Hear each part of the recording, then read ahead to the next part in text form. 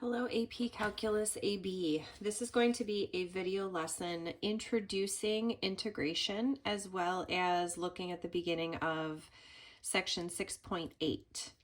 So the first document that I attached in the materials for today was the introduction worksheet. And I'd like you guys to start working on that. If you can't print it, that's okay. Just do the problems on a separate sheet of paper. Read the directions at the top, but basically the gist is we're trying to work backwards here now. Instead of taking the derivative of something, we're trying to figure out what problem would, if we took the derivative of that problem, would we get 3? And in this case, the answer is 3x because the derivative of 3x would just be 3. So I want you to work out the rest of these problems on your own. Do your best to come up with the antiderivative. I want you to go all the way through number 9. That's where the basic problems stop. Once you start with number 10, things start to get a little bit tricky because this requires chain rule backwards. So get through at least number 9. If you want the challenge, you want to go past number 9, by all means go for it and give it a try. My solutions are posted to this worksheet, so feel free to double check your answers against mine. But that's where I want you to start. So pause the video to work on that and then come back and let's take a look at section 6.8. All right, so this is topic section 6.8. Here it says before writing the rules and forgot to mention, unfortunately you guys don't have workbooks yet. So I posted just this particular page for you to possibly print. If you can't print it, again, that's okay. Just put it in a piece of notebook paper. And as soon as I see you guys again, I will pass out the brand new workbooks for Unit 6. So I apologize that you don't have a workbook just yet. So here it says before writing the rules and observations, which we're going to do in just a second, consider the following. Suppose we want to find an antiderivative, capital F of x, whose derivative is lowercase f of x equals 3x squared. What would it be? Well, according to the introduction worksheet that hopefully you worked on, the pattern is that to find the antiderivative, you are going to add an exponent and then divide by that exponent. So instead of x squared, it would become x to the third. And because there's already a 3 in front here, if we divided by that 3, the 3's would cancel and we would just have x cubed, okay? The problem though is that we could technically have any constant being added or subtracted and they are all the same answer, okay? So it turns out there are many functions that could be the antiderivative of 3x squared. So when we are finding the antiderivative, we have to put this plus c on all of our answers, okay? Here's kind of a picture of what this means. If you were to look at all these functions, this is x cubed plus 5, x cubed plus 3. All of these have a derivative of 3x squared. So what we're going to do here is write down all the rules. That's going to take you a few minutes. So what I'd like you to do is pause the video. I'm going to put my completed rules under the camera here. And I want you to pause the video and copy them all down. Let me move this out of the way. All right, so pause the video, copy them all down. So the constant rule is that if you have just a plain old number, then the antiderivative of just a plain old constant number, you just add an x to it. But then of course plus c. If you have an x like 3x, that 3 can go in front of the integral if it makes you more comfortable, okay? That's just something that's totally optional. A lot of times if we take a constant outside of the integral, it does make the integral a little bit easier to work with, okay? With the power rule, that's what I was talking about a little bit at the top. With the power rule, anytime you're trying to take the antiderivative of something x to the n power, you're going to add an exponent and then divide by that exponent. Now, this is only true when n is not equal to -1. And you can see here when n does equal -1, it's actually a natural log situation. So we'll talk about that in a second. All of our trig rules is basically just the opposite of what we learned for derivatives. The antiderivative of sine is negative cosine, so just be careful with the signs. The antiderivative of cosine is sine, etc. And you can read through those. The sum and difference rule.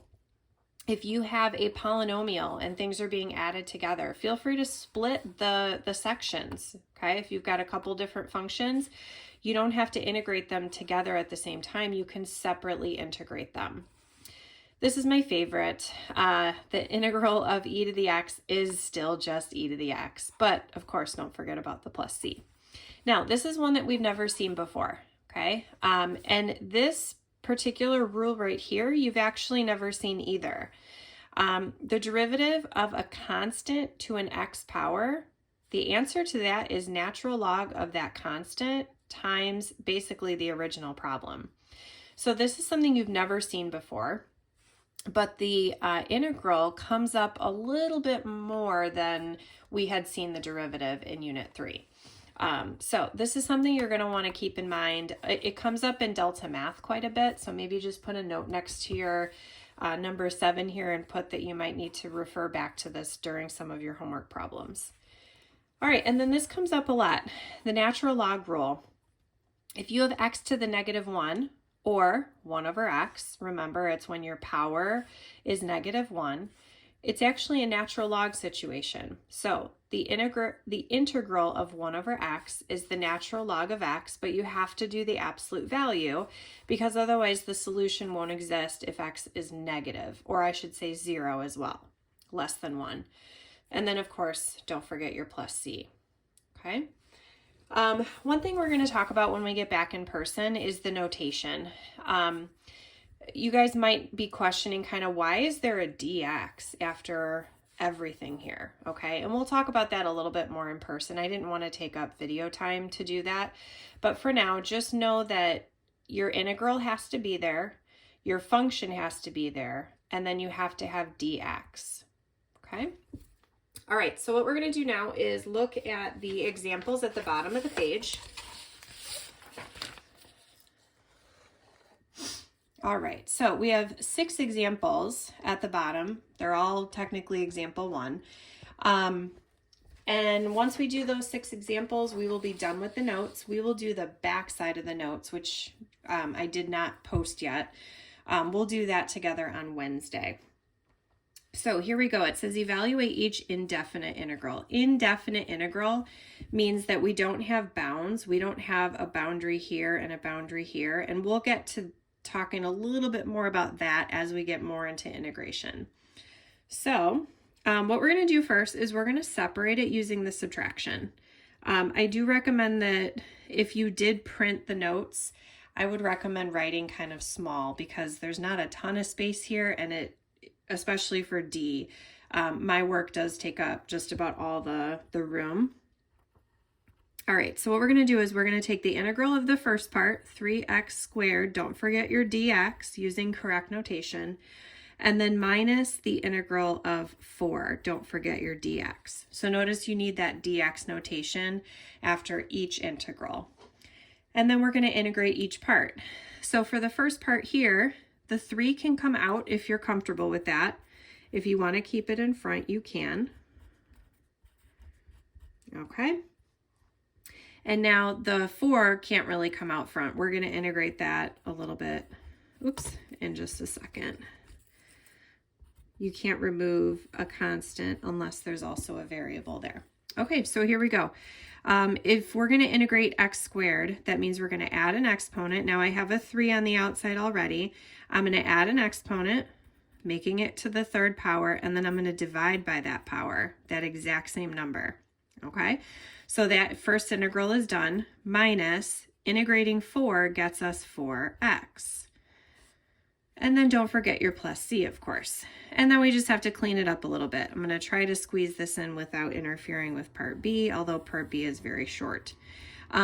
Luckily, in this case, the 3's are going to cancel. So we just have x cubed minus 4x plus c. All right, moving on to part B. If you're more comfortable, we can put that constant in front of the integral. Okay, and then just thinking about integrating e to the x, which of course is still just e to the x. So nothing really changed. But again, don't forget your plus c. Okay, looking at part C, we cannot integrate a quotient, right? We have a function divided by a function. We can't integrate that. So we have to be careful, or we have to be creative with our algebra rules. So what I'm going to do is I'm going to split this up into two separate fractions, which algebraically is okay to do. I'm also going to split them up into separate integrals. Okay, so basically I took the x cubed over x squared, and then I did the 5 over the x squared, okay? So algebraically we can do that. I also split it up into two separate integrals. Now I'm going to simplify before I try to integrate. So x cubed over x squared is just x. So now I have the integral of x dx. And then again, I cannot integrate a quotient, but what I can do is write that as a negative power. And now that we have a negative power, again, if you want to put the 5 in front, you can, but you don't have to. At this point, we could just integrate. So if I have just a regular x, I'm going to make that x squared, so add an exponent, and then divide by that exponent. Plus, now here, because we have a negative exponent, just be careful when you're adding. If you add 1 to negative 2, that actually gets you negative 1. And then we want to divide by that negative 1. Now we still have a 5 in front, so feel free to leave that in front as well. And don't forget your plus c. Now we just have to clean it up a little bit. It's fine to leave this as a fraction, so x squared over 2, or if you'd prefer to write it as 1/2 x squared, that's fine too. Here I'm going to make this a negative 5 because we have a positive 5 divided by a negative 1. And I can leave it as a negative power. There's nothing wrong with leaving your answer with a negative power. And then we have our plus c.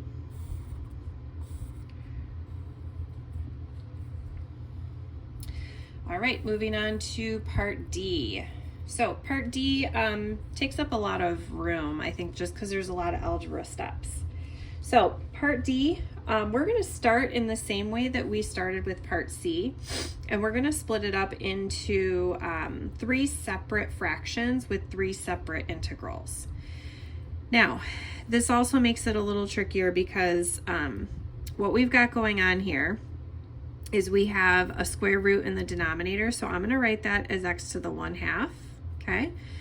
So for the first fraction, we have x squared over x to the 1/2, minus, on top we have 2x, on the bottom x to the 1/2, plus 7 over x to the 1/2. Now, I wrote those, don't forget your dx after the parentheses.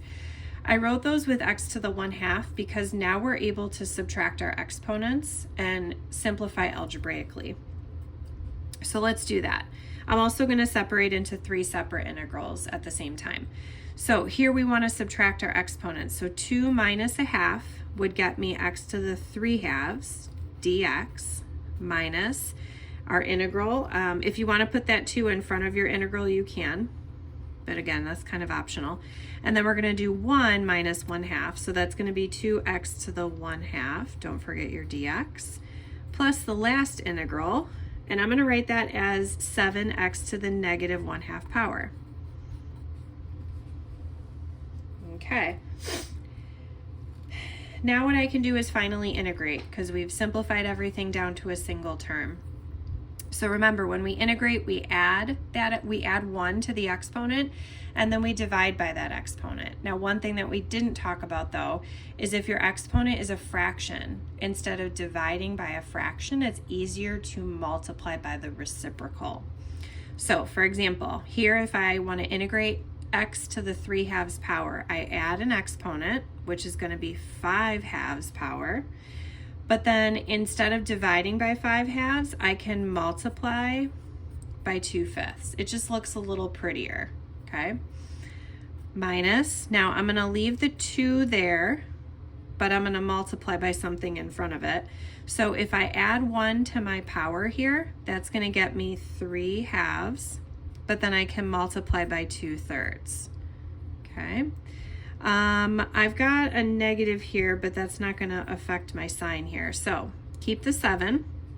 If I add 1 to my exponent, that's going to get me positive 1/2, but then I divide by 1/2, or in other words, multiply by 2/1. Don't forget your plus c, and then let's clean it up. So first part, we have 2/5 x to the 5/2. This part's going to be 4/3 x to the 3/2, and then I can do 2 times 7. And you can leave all of your answers with fractional exponents. All right, part E is not a trick question. Part E, this question here, looks exactly like the actual trig rule that you wrote up at the top in the box. So that one's just kind of making sure that you are remembering those rules and memorizing them. All right, part F. Part F, we have to be a little bit creative once again, kind of like we were algebraically up here. What we're going to want to do is split up into 2 separate fractions. And so I'm going to write the cosine as I'm going to write the cosine squared as cosine times cosine. So that's going to be sine of x over 1 of the cosines times 1 over the other cosine. And that's all one big piece. So I'm still using just one integral. Now, sine over cosine, remember that is tangent, and 1 over cosine is secant. And then again, this is not a trick question. This happens to match this one over here. Secant tangent or tangent secant, same idea. And that is equal to the secant of x. Don't forget your plus c. All right. So that is integration. We will continue this idea by doing the next page in the notes tomorrow. And we'll also talk about notation and stuff, but hopefully that's giving you a good introduction to integration.